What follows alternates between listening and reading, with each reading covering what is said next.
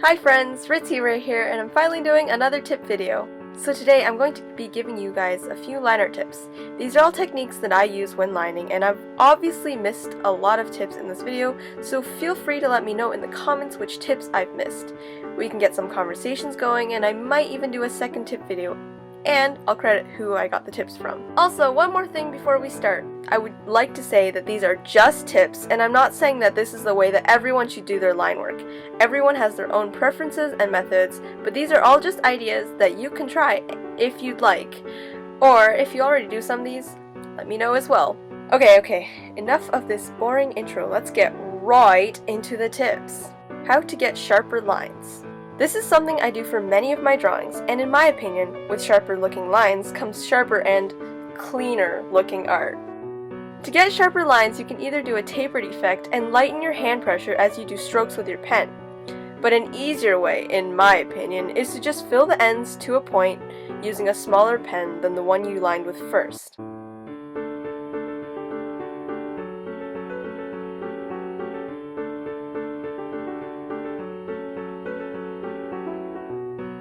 Thick versus thin liner.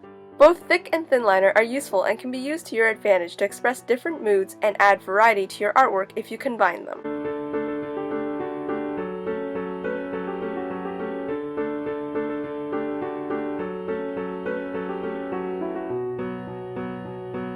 Now, if you use thinner liner on its own, it can look softer or more delicate, as opposed to using thicker liner, which is more bold, not to mention easier to color in.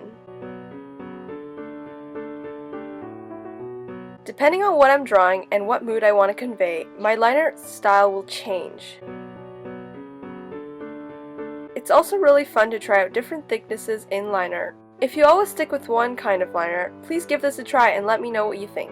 Waiting before erasing. Depending on the pen and how it reacts with the paper, waiting before erasing the pencil sketch under your liner can prevent liner smudging and usually stop liner fading.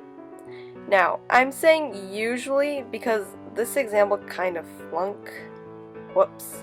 I used typical printer paper and my Prismacolor liner. When I erased on both examples, they both yield almost the exact same results. The one I erased right away on got a little bit smudged, but it's honestly barely noticeable. And the second one, which I waited around 15 minutes for, did not get any smudges. But they both faded the same, so now I'm confuzzled. Just kidding. Definitely wait for your liner to dry before erasing to prevent smudging. But as for the fading, I believe it depends on what pen you are using and how it reacts with the paper. Because when I'm using my usual paper, which is the Canson mixed media paper, the majority of pens I use actually tend to fade less. Unless it's Prismacolor. Those pens always fade on me. But that's okay, because the next tip is to reline. Going over your liner a second time is good for a few things. 1. If the liner became faded after erasing, like in the previous example, secondary lining will darken those lines and make them solid and bold again. 2. If you don't have the most steady hands, relining your work a second time can smoothen or straighten out the lines. You can fix any of the imperfections you see in your liner.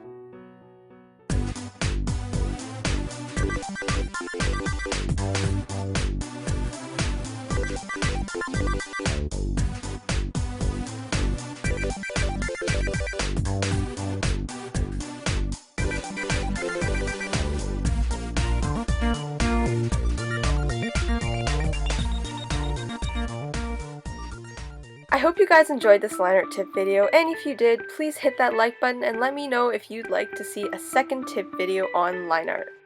Also, feel free to leave any suggestions on future tip videos. Thanks so much for watching, and stay creative, my fellow pinecones.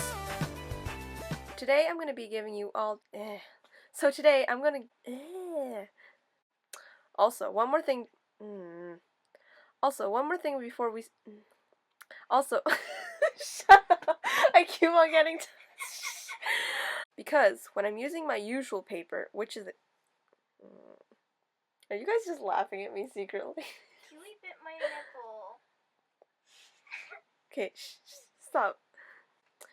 But that's okay, because the next tip video...